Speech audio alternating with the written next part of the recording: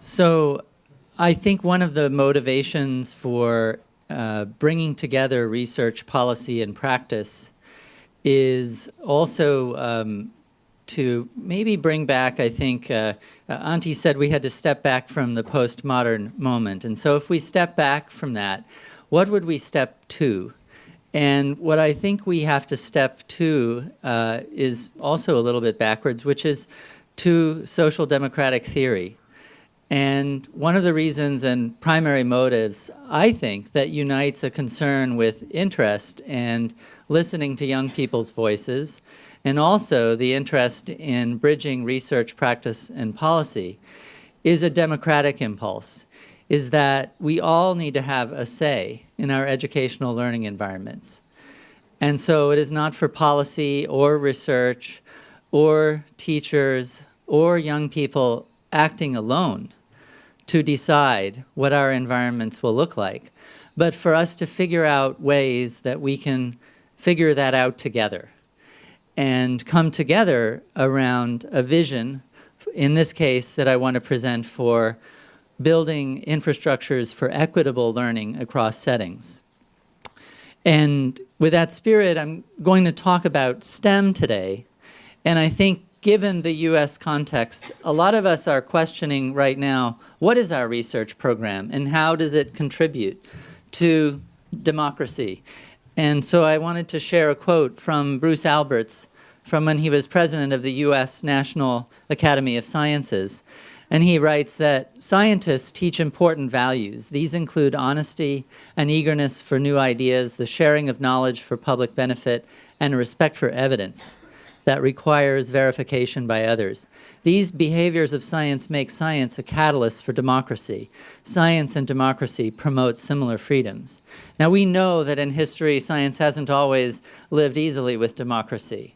But I think right now it's imperative in our country, but also in Europe and around the globe, to really think about the intersection of these and how it is, if we're science educators, as I am, we're promoting values of democracy, and we're thinking about ways that people can participate and contribute to science. Citizen science has come up today, and so I want to talk a little bit about that with you. We also have to ask, for what purpose? And this has come up today. Are we training or preparing people to be scientists and engineers? Or is there another aim that we might have? And so I want to propose that there could be another aim for science besides just apprenticing people into scientific careers, and that is to be scientific literate citizens and to be able to use science in the context of making communities better. These are a group of what are named as promotores, and they are in Denver, and they work for a group called Revision, which is part of the food justice movement in the United States. In many cities around the US, very different from what we see here in Barcelona, in many of the cities, there is no place to purchase fresh food. And instead, people in low-income communities must purchase their food from drugstores and convenience stores that charge a high price for low-quality, unhealthy food. These women have been trained and given skills in creating a set of more than 400 backyard gardens, which you see represented here along the I-25 corridor in Denver in their neighborhood. They have been trained fully in the skills of urban agriculture and in working with families to help them grow healthy foods. And this is not in an area like Barcelona where you have probably 320 or so days of growing season. This is a growing season of 100 days or less, and in what is essentially a desert. So they're learning aquaponics and other kinds of tools for this here. This illustrates a way that science can be in the service of community betterment. And these people have good-paying jobs, these promotores, in working with their communities. So what are some of the purposes for which we might think about STEM education and studying what kinds of activities? I have argued that these are three main activities that we ought to be thinking about studying science inside of. and whether that's inside of schools that we're promoting these activities or outside of schools. And I'll give example of in schools today. But one is, how are we remaking economic production? So how is science helping, as in this case, to bring good jobs and healthy food to this community? How is it promoting civic life? So we see in our connected learning world, people working in the area of connected civics, working on the plights of dreamers, of undocumented immigrants in the United States, creating videos to build awareness of the challenges faced by those who are undocumented in the U.S. We also see cultural production. These are people who, over here, who have built, I don't know if you can see it, it's a truck made of skateboards. And this is through a program at the Exploratorium Museum in San Francisco. And for young people in San Francisco who are remaking the transportation in their own, in the image of skateboards. So how are we can think about how are we supporting making and engineering and science in the context of that, I think is a really important frame for which we ought to be aiming. And then lastly, and this is very much the theme of this conference, we're asking about STEM where? STEM in what kind of settings? Historically, if we think of this as the classroom, this is where, led with this huge teacher who has an outsized influence on their learning experience. The image here we have is quite different. So this is an image of networks, of movement, of some people moving and things moving across boundaries of the school day. This is like a routine, signifies routine. This is a very different way of us thinking about a unit of analysis, but it's also very different in terms of thinking of a unit of design. And so we have to think about what is the kind of infrastructure that can support both access within these spaces and access to spaces. So two meanings of equity. A lot of times we focus on inclusive instruction in the classroom, but think about how rare inclusive classrooms are in the first place, and how do you wind up in one?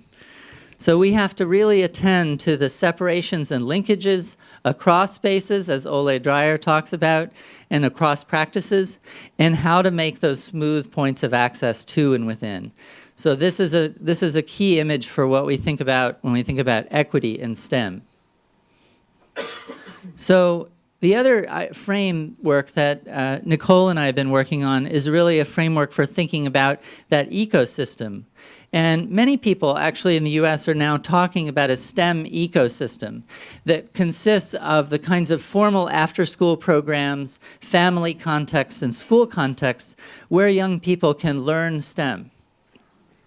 And what is a robust ecosystem in nature and what is one in the social spheres? I think they have some common characteristics. And one of them is this diversity of opportunities. It's come up many times in the past 2 days. If you want people to discover new interests, then they have to have a variety in front of them. If all you see is basketball or soccer, or football rather, if that's all you see, then that's all you're going to want to do. And so if you want young people to discover a wide variety of possibilities for themselves, then we really have to have a diversity of opportunities. They're going to have to unfold in different settings. And as I said yesterday, probably different social arrangements. Some that might be more adult-driven and guided. You know, it's come up many times in the past 2 days. We have some things that we want young people to learn. There will, of necessity, be some spaces like that. But there should also be spaces where young people are figuring out goals for themselves. They're figuring out how to organize themselves to achieve certain ends that they have chosen, and where they're working side by side with adults on endeavors. A good example in an activist context in the United States is a group in Denver called Padres y Jóvenes, which works with youth activists and adults in the community to put pressure on the Denver public schools to address racial disparities in discipline. And so young people and adults there actually learn by organizing side by side with adults, and but also bringing their perspective about what issues are important. Discipline is viewed from the young person's point of view from a very different perspective than the adults in the community. So this this is a very productive tension in that organization. Safe and accessible in time and space. So part of access is thinking about how near things are. And if they're not near, how will young people get there? And are the routes between the place that a young person wants to go and their school and their home, are those routes safe to traverse? Safety is very much an issue in many American cities, and I'm sure here in Europe as well. And so safe and accessible is part of this dimension of equity that I want to talk about today. I will present two examples, and the first one is actually school-based. And I'm really glad that I had a school-based example, as we learned more here this trip, just about how little there is in the way of the same kind of infrastructure or ecology of learning in the US as in Spain. So this is something, though, however, that you could imagine going on in a Spanish school. And I think you'll see more based on as I walk through this. But I want to give you a little bit of the policy context. In the United States, we have a group called the National Research Council, which publishes synthesis of best evidence in specific areas in the sciences and also in education.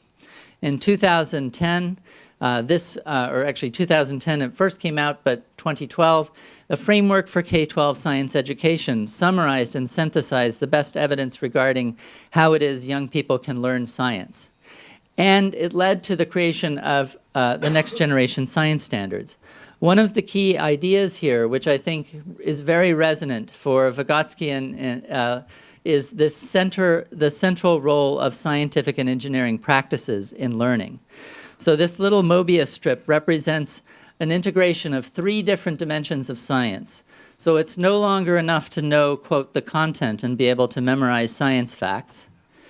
It's also no longer okay just to say we do inquiry, because much of inquiry, as it's practiced in the US, is simply hands-on investigations where someone has already given the steps and told the students what to do. What real scientists have to do is figure out what's an askable question. They have to actually come up with a plan for how to investigate that question. Nature usually pushes back pretty badly because we don't have the instruments that we need. And so we have to make instruments in the process. And we're not just guided by raw observation, because we see through models.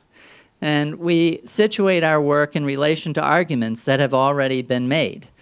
And we're trying to make new contributions. So the idea of the framework is to build a set of science standards around that image of what science is. It's a very exciting image, and it's a big distance between what happens in science education and science classrooms in the US and that image of science. So my colleagues and I at Denver Public Schools and also from Northwestern University, we have been collaboratively designing a set of curriculum units together.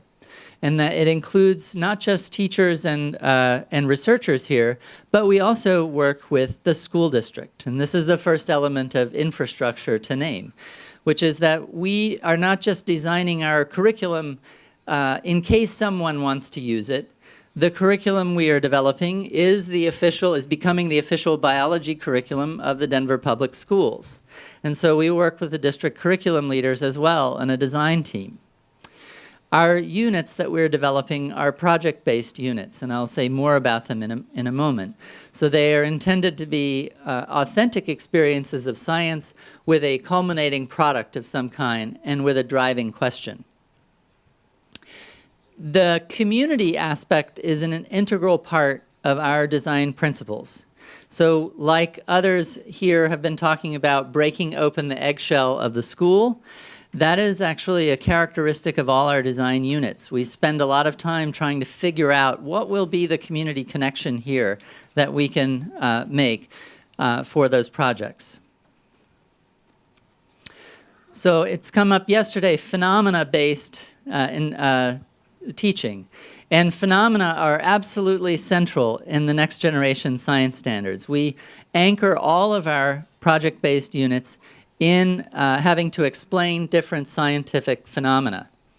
So some of the phenomena, for example, that we look at is why why, for example, is the resistance to antibiotics increasing over time, which is something that a young person cannot answer in a single day. And so the idea is these units unfold over time, and students build piece by piece an understanding of their phenomena. This is a resource that you can get online at a place called STEM Teaching Tools, which is another piece I want to mention. One of the things that we try to do is turn around not full curriculum for people, but tools for building curriculum. And this is an example of one of the tools that comes out of our project, which is, how do you actually go about selecting an anchoring phenomenon that's a good one for a long sequence of science units?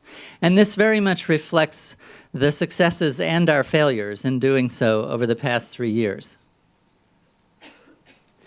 The other really wonderful tool, and this is how we think about a problem that I think has come up a number of times over the past 2 days, which is the idea of an emergent curriculum. And so I think it's a fundamental paradox to say you're going to be interest-driven on the one hand for students and have a designed curriculum on the other that's going to span multiple weeks. You simply can't do it.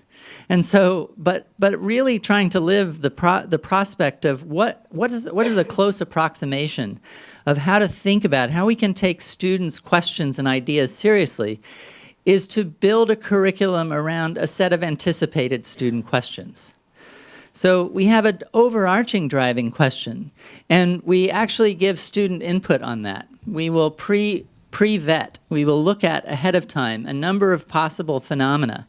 And then we give students a survey of about 10 or so and ask them about, these are not students, by the way, who will benefit from this curriculum. They're the current students of the teachers that we work with. But we get information from them about what might be an interesting phenomena to you and your students. We tell them, your fellow students, we tell them that their teacher is working with us and designing new curriculum.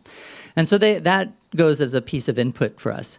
But then we sit and we work with this tool called the storyline tool.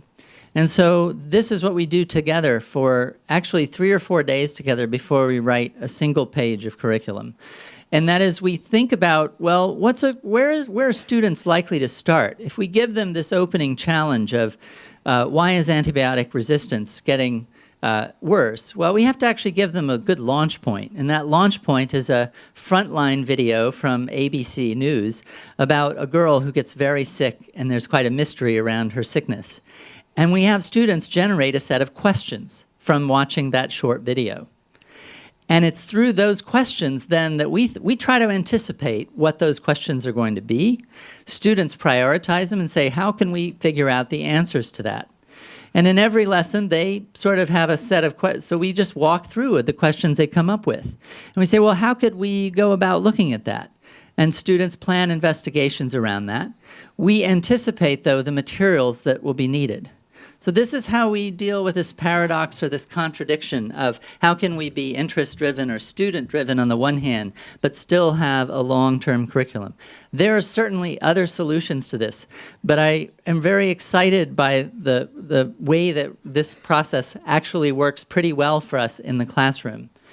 Because what happens is that the questions really do drive the curriculum forward. We don't drive it forward as the teacher.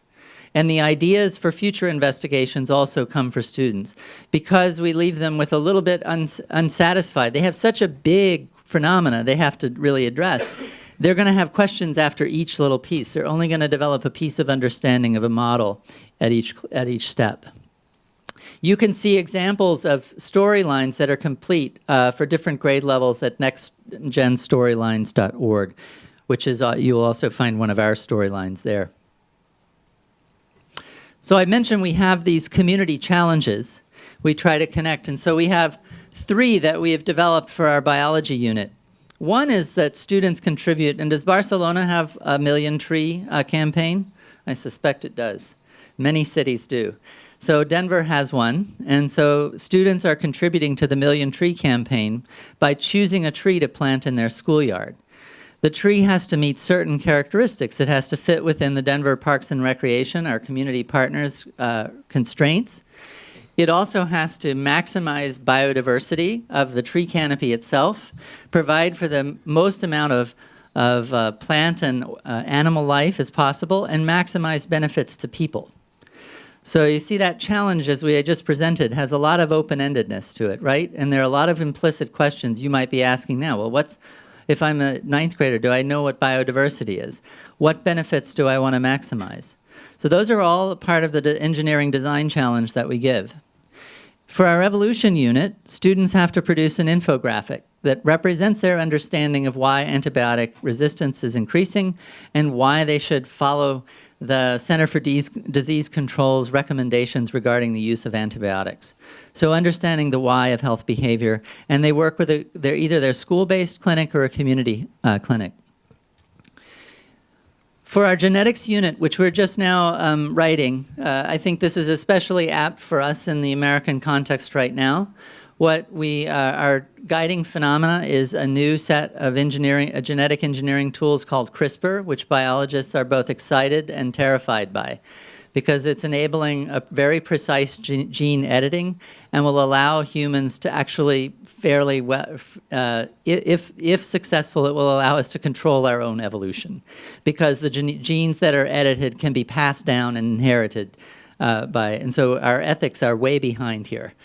So what students will do is they will design a dialogue, a café scientifique, in the democratic deliberative dialogue tradition around genetic engineering for their school or actually some broader audience in their community. So these are some ways that we're trying to, again, connect to community through these. I mentioned yesterday, so on the way, if you want to learn about antibiotic resistance, you've got to get some understanding of what's going on. This is an example of a simulation in a tool called NetLogo. It's free. It's been created by some colleagues of mine at Northwestern. And it shows, we created a little simulation so that students can get the idea of competitive advantage in evolution. What it represents up here, you can't quite see it. You'll see a little bit of these little things that come down are antibiotics. And then there are these different bacteria with different numbers of holes in them. And that represents either more or less resistant bacteria. And so they can play with the different parameters of this and gain insight into what's going on in terms of, and it turns out there's a physical trait that's advantageous, not having a lot of holes. And so they see that over time, these purple ones that have only a couple of holes in them, they survive much more than the other ones do. And so modeling is really key to gain insight into these things that in this case are too small to see and might unfold, although they unfold over a very quick period of time. These are two examples of the infographics that students produce. I know a number of people, Juan Daniel has left, but I know he's working in the area of multiliteracies. So this is an explicit attempt. We work with young people to develop both visual literacy and textual literacy and try to integrate these. We're still working on this. We're working closely with my colleague Joe Pullman and Andy Rubin from Turk, who have developed a whole project on developing science infographics with young people. So that's part of our final product for the evolution unit. So what about the research components? One of the things that's come up, and Cesar is talking about sense, and so I think we ask the question on a regular basis, once a week, students complete a survey about that day's instruction. And we ask them questions related to how relevant this was to their community, how relevant what they did today was to their classroom, and also how relevant it was to themselves. And so we get this pattern of results at about 95% of the time. And this is about 1,000 pieces of data or so. The students are saying it's relevant to one of those three. But we also get this discrepancy. So students see the strong connection to their community, but not necessarily to themselves. On any given day, it's less than a third of the students see it as relevant. And I think this is the challenge of curriculum, right? So we're trying to understand these data, and we also use these data to help us inform revisions to the curriculum. We look for outlier lessons where relevance is very low, and we try to understand what's going on there.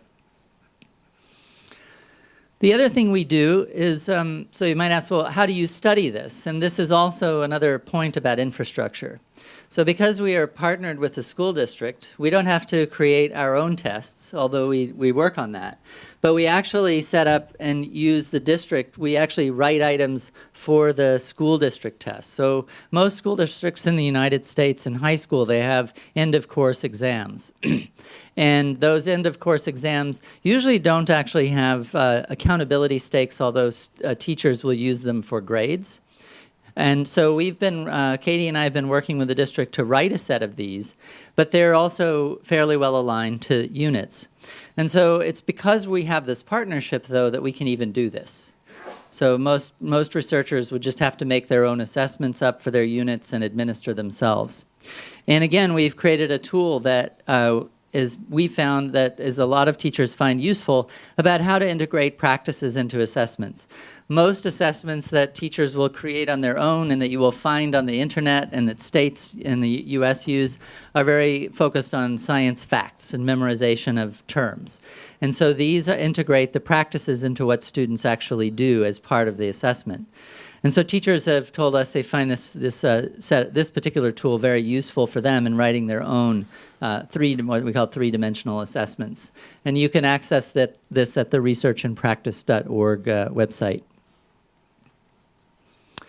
Two principles come out of this about designing infrastructures for equitable cross-setting learning. And I think that I want to call. One is this idea of structuring partnerships so that multiple stakeholder groups can co-design initiatives to promote learning across settings. So even though students aren't directly involved, they're indirectly involved in giving their input through surveys to select our phenomena, but also the feedback that we get about the relevance to them, and we really use that. But also, as I mentioned, working closely with teachers as co-designers, as well as district administrators as co-designers, helps us embed our work deeply into the infrastructure of the school district. And so that's very important. And we really try to help young people identify with, and we name them as contributors to our authentic endeavors in the process.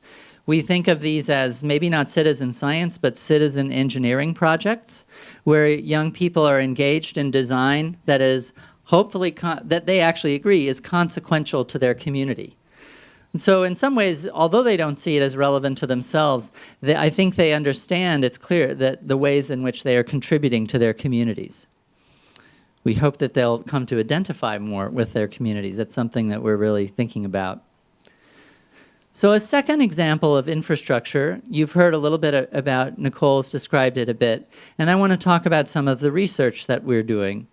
So City of Learning is, on the one hand, an infrastructure to support this idea of connected learning. Now, connected learning is a pretty synthetic theory that draws on sociocultural theory as well as a number of other insights into the organization of learning. And as has been named a number of times, it's the idea is that it's interest-driven in some way. But it's also very much, and I think we've heard this, and I've emphasized this in the last couple of days, is the idea of production as a form of learning. So how is it that young people learn through making things, and how important that is? This is equally important. All of these really go hand in hand with one another. We find that in interest-related learning across settings, one of the key things that's moving and connecting those settings are friends. So friends bring people into activity, they keep them there, and they bring them to the next activity. We call that peer brokering. Now, adult brokering is very important too. But that peer-supported quality is both that there's help within the setting, but it's also just getting kids there and keeping them there. That's really important role for peers. Shared purpose. The Padres y Jóvenes example that I gave, that's an example of what we mean by shared purpose. It means that youth and adults together are working on some authentic activity that meets their joint purposes, a jointly defined purpose. This is relatively rare, I would say, in learning environments. Think of how few environments we have where young people and adults actually co-plan activities. They both come up with the goals and the strategies for doing so. The academically oriented, I think the way I understand this particular principle is that it's consequential for their subsequent life. So the activity they do either helps them, if it's a play activity, it might just mean that they go deeper into play and into sociality around their play. But also it can mean that it helps them do better in school or pursue some academic interest in a formal setting, or it might help them to find their way into a career that they didn't know existed. And it is through having mentors who really actually are the professionals and the coaches who are the professionals, as Nicole was explaining, that becomes possible. It can also mean, I think, I consider civic engagement. So one of the ways that connected learning can have consequences is for young people's involvement in the public sphere. And then openly networked has a number of meanings. One, it has, I think it really relates to something Nicole was saying about having the resources to do what you want to do, to produce the things you want to produce, where you want to produce them. It also means that your work itself is publicly available to you and others, wherever you might go. And I think it has to do with these, the visibility of the pathways. So again, to draw on something Nicole was saying, with your sports star, I can see the pathway. You know, I see what happens as this person goes from this place to this place and this place in their career. It's pretty obscure how I become a doctor from my third grade perch, unless I happen to know some doctors, and unless I happen to know their life stories. So openly networked is, how visible are the horizons of possibility for me? How visible are the steps I need to do if I want to go deeper into this area? It's also a partnership. The City of Learning Partnership is 175 plus organizations that provide out-of-school learning opportunities. And the research team that Nicole leads is part of that partnership. They provide the infrastructure and also research support. And we recently joined their team as a support to their leadership on this work. It's important to know that many of the programs that are offered and are available through the infrastructure are freely available to students. So these are programs that they can access. So unlike here, where probably parents are having to pay for almost all of the formal out-of-school education, these would be publicly available. Although that's not entirely true. There are many private things that students would have to pay for. From the standpoint of the partnership, and this illustrates one of the principles, this chart is something I call the sweet spot between research and practice. If we want to work in partnership, we have to find an important problem of practice to work on that people care about in the community, but that also addresses a theoretical or knowledge-building aim that researchers might have. So from the partnership, one of the big stories in American education that is often not told is that our schools do pretty well by kids overall of all levels, but over the summer there is huge learning loss. So what we talk about in the US as the achievement gap that's related to poverty and race, a lot of that is started before students got to kindergarten, and it happens over the summer. And so schools kind of keep even, but then over the summer. So this is but there are politicians who are becoming aware of this. And then wanting to make it easy to find programs that are offered through the city. So the city offers a number of programs. How to help kids get to them is their problem. From our standpoint, you know, we know that people have studied individual neighborhoods. Sociologists have looked at the neighborhood assets that exist for after-school program. And it's very time-consuming and expensive to actually study even that. And so, like, the idea that you could build an infrastructure for a city is a very exciting research prospect. And as we've heard about a lot here, there's an increasing understanding of ecology, but we don't really have a place where we can study a true ecology. So where would we really have all the data that we would need to study the ecology of opportunity? And so that's from our standpoint, Cities of Learning, the Chicago City of Learning offers a really interesting place to try out ideas about ecologies of learning. So this is what it looks like if you're a young person who comes to the site. And you see a range of opportunities. Just because reading came up, I put in that for the search term, so you could see. I didn't actually hit return to see what comes up, but you can see the Chicago Public Library and UMedia, which Nicole was explaining, comes up with a number of different programs. The idea is that young people can directly access online where opportunities might be. And so they may put in a search, and our team has analyzed some of the searching that young people do. And there are a couple of different clusters of the way that we've discovered that young people search. One is what we would call new media, new connected learning, which are relating to digital arts, making activities, tinkering. And then there's traditional connected learning, which have to do with sports and performance in the arts. And so there are different clusters with which we can identify that. And ultimately, if our aim is to help connect young people better to programs and to match the ecology with what they're interested in, you'd want to use the search terms to help you identify what are students looking for? What are young people looking for? And are they accessible to them in their neighborhood? Or do they have to go all across the city to find something that they're interested in? The other idea here that I think is really exciting, we talk about badging, but also how do we recognize learning across different institutional boundaries? So the formal education sector in the US and in Europe has this thing called testing. And we think we know what a score on a test means. We actually don't know what the heck it means, but we've decided that it's a currency that allows you to move from one part of the system to the next. So the idea behind trying to build this inside the cities of learning is, as Nicole explained, you want to have ways for different organizations to recognize accomplishments of another organization that allows them access to a deeper form of learning. So we call this leveling up, and it's called a playlist, and there are many playlists that have been built that pertain, in this case, to different forms of creative writing, and this one is around script writing. And so many of these challenges can be completed online. They don't have to be face-to-face. But what's powerful in terms of its potential is imagine these playlists as connecting different organizations to one another. Connecting one organization that can only offer really the most basic skills with one that can offer more advanced training to young people and skills for young people. So the idea and this also helps with this openly networked idea. It makes visible the pathway. I've got 4 levels here. This is what it means here to actually get better at this.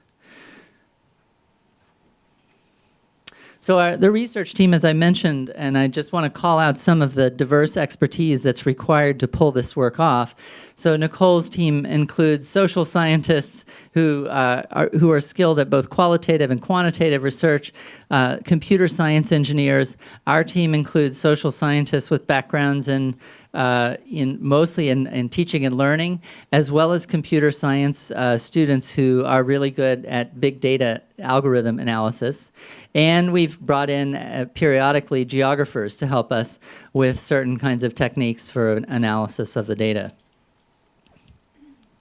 So I want to just give you a flavor of some of this, and some of you who were here for my talk last spring have seen some version of this, just to get a flavor of what we can do with this data set to illustrate some of our concepts of ecology. We have data on the timing, location, and content of almost 4,000 organized learning opportunities in the city. So 4,000. That's a tremendous number of different opportunities.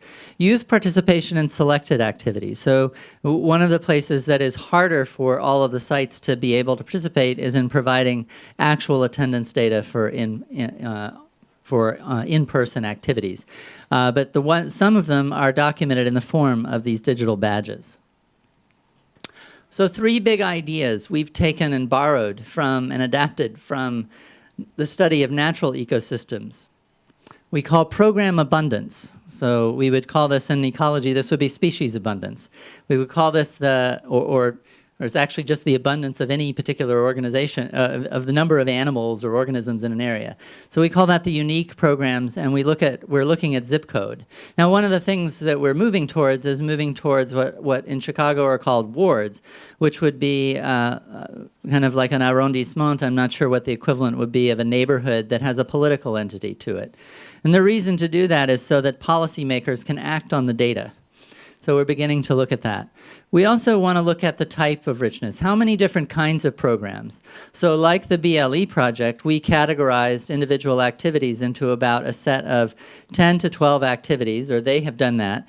And we've actually done a similar kind of mapping to a survey that's very similar to the BLE project, so that we want to say, well, how many different types of programs are there in this area? And then we want to look at the relative abundance of different program types.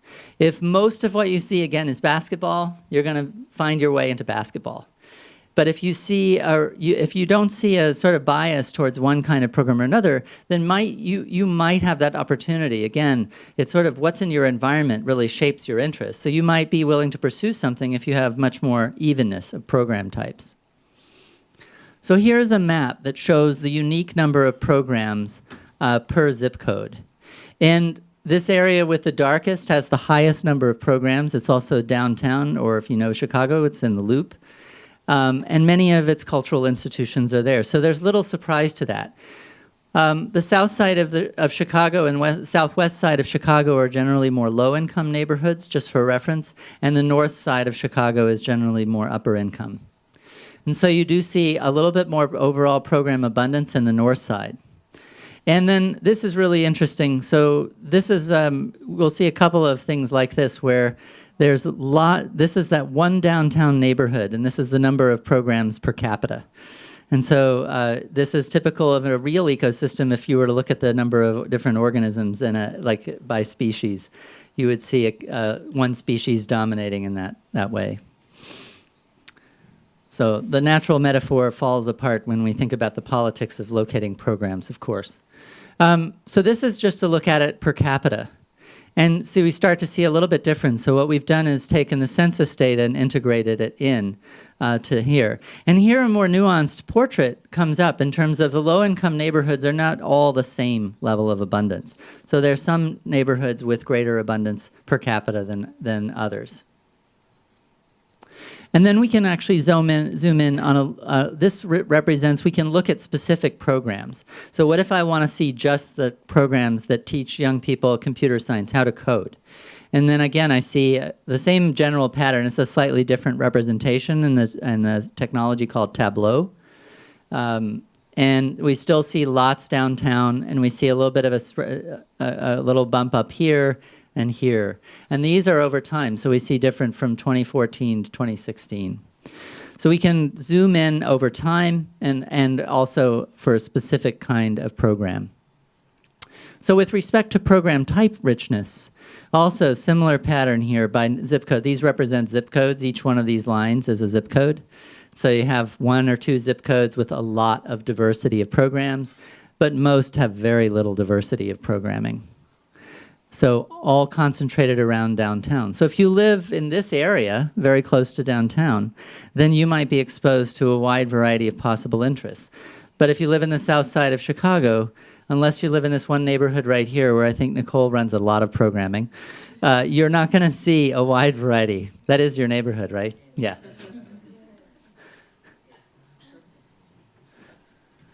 And then we can also look at evenness of the program. So there's actually low evenness everywhere because sports dominates this landscape. The number of sports programs outweighs the dominant species of program is a sports program.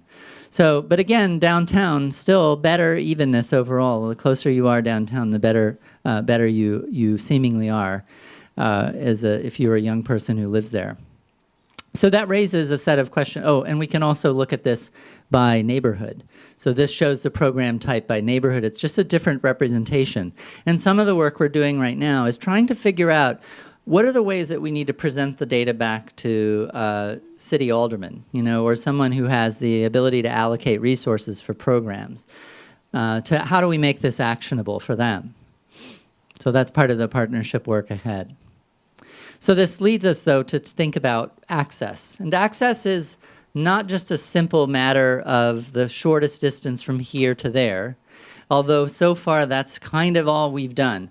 What we did actually to begin to analyze the data on accessibility is one of our programmers spent 5 days downloading data from Google Maps about the distances from every center of every zip code to every program in the city.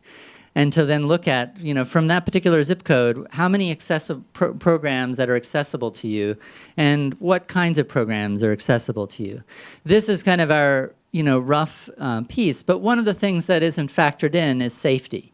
So one of the things that we have to figure out is how do we ground truth this, how do we make this true to what the paths that young people would actually follow. But you can see, again, if you're downtown and actually here, the wealth relationship is quite clear. So if you're in a wealthier neighborhood in Chicago, you've got a lot more variety, a lot more programs that are easily accessible to you. So this shows the inequity of programming quite clearly on this map that is related to income. We also have looked at this by different program type. So again, if you're into earth science, well, this is where a big science and nature museum is in this neighborhood here, versus work and career versus sports and wellness. And here's where you see the evenness. Notice that? So less inequity in sports. Every neighborhood has lots of sports programs. But if you want to study science or do career, then certain neighborhoods are going to be more accessible than others. We also have begun to explore the relationship to income of neighborhood. So the advantage of using zip codes so far is that we've been able to integrate it with U.S. Census data. And so again, we actually see an inverse relationship with low-income neighborhoods having lots of more sports programs relative. But then notice here, coding, the evenness here. And you might want that to be a little bit imbalanced in order to be compensatory and more equitable. So this also, we can look at these kinds of relationships to income. And we can do it geographically. This is where we had the geographers come and help us.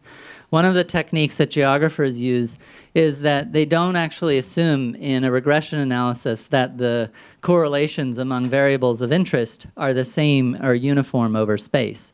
So we can look for outlier neighborhoods in this analysis where the relationship between income and education level and program opportunities maybe is weaker. Like then go and say, well, what's going on in that neighborhood that might be worth studying? And also places where it's stronger or unusually strong. And so we see actually that the relationship between income and program abundance is actually oddly higher downtown. That not only is that already a place where there's lots of programs, it means that that slope, the relationship to income is sort of worse there. And that has a little bit to do with how much more expensive it is to actually live downtown in Chicago, perhaps. So one of the things that I think is the key principle here for this infrastructure, and we're really trying to figure out an infrastructure for brokering. How is it that we can broker youth learning across different settings, including preparing the educators and family members to play that role? Those brokering roles. And this is the current work that we're doing, is we want to figure out, for example, how do we recommend what programs to young people when they go to the website?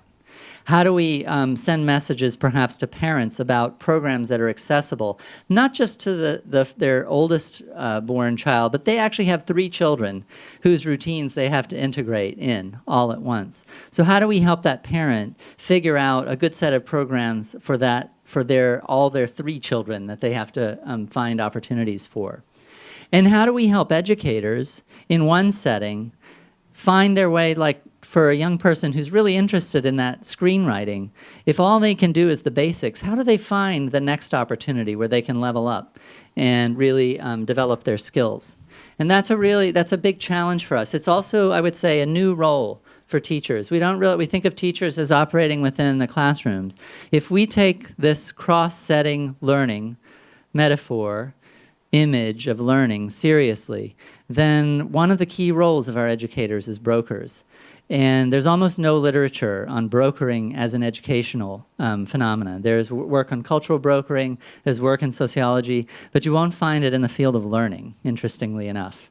So a number of us are starting to work in this field to try to think about that, and I think that the people here in Barcelona are very ripe to begin inquiry into this area of brokering. The other piece that I think becomes visible are what are some supporting infrastructures for learning across settings and promoting the equity within that. So one thing that is a condition for the work in Chicago and why it's still unique is that there are strong ties among the organizations. So there have been attempts to remake the city of learning with a lot of corporate ties and a lot of technology infrastructure.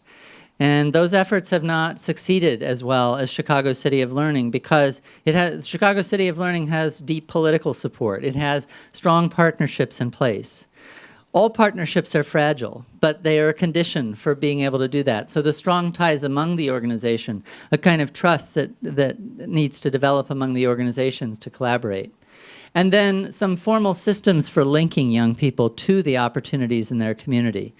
Websites are a relatively weak way to do that, but there are ways, for example, like putting mobile vans in communities and bringing programming to young people so that they have an opportunity to see things that they might not otherwise see. And partnerships and coalitions are really key. So in this work, we need partnerships, we need coalitions across different sectors. So I'm not sure what the sectors are here, but I think one of the things that we're starting to think about is, so if you think of youth across different settings, there are different agents or actors who are institutional, have institutional relationships to those settings. And those folks need to be networked to one another and coordinating in some way. They don't all have to be doing the same thing. They can be doing different and complementary things. In fact, I think that's the idea of this cross-setting learning, is that different spaces and places can offer complementary forms of learning. Additional ones, and Nicole's already talked about adequate resources. So a lot of the kinds of programming that benefits upper income families, especially in the out-of-school space, is how many resources are provided to be able to do that. It's very hard. Boulder is a place that, like here in Barcelona, soccer, football are very popular. But it's very hard for low-income Latino young people who live in our community to be able to play in the sporting leagues because it's so expensive, all the equipment. And so there are scholarships and ways to pay for equipment and clothing and so forth. But there's a huge barrier of resource. Studies in the U.S. show that upper-income families spend 7 times more than low-income families on enrichment activities for out of school. So the amount of resource we're talking about is actually staggering if we want to be equitable about it. And we don't do it. Nicole's been talking with us about spaces. So what are the different spaces that you can have that are available and could be made into places? Places where young people can learn. So in an area where there are not adequate resources or opportunities to learn, what can we put into place in those spaces? How do we inventory our spaces? How do we gain access to the spaces? Schools in the U.S. are very wary about opening on the weekends and the nights. And yet they are trusted, in many cases, places where people feel safe. So opening them up can be a very important thing to do. And then I think one of the hardest things for us to find are meaningful ways for parents to engage. A lot of the effort in the United States, I don't know what it's like here, is trying to get parents to play the school game the way the school wants them to play it, and not really meeting parents on their own terms. Not meeting parents where they are and finding activities to do with parents that they'd like to do and engaging young parents in activities with their young people. One of our colleagues at Colorado, Rika Rose Roque, has done a lot of really interesting work with coding and programming and creativity with parents and parent-kid dyads and with parents and specifically in Massachusetts, and we're hoping she'll bring that to Colorado. She just moved. So lots of supporting infrastructure is needed for this work. So that's all I have. I want to just share these resources and open up for questions. You can find a paper that is related. It actually came out yesterday in a journal called After School Matters, and then our website for the collaboratory here, researchpractice.org, and then 3 different Twitter accounts. I've only been tweeting from one of those here, but you can add yourself to the others as well. So thank you.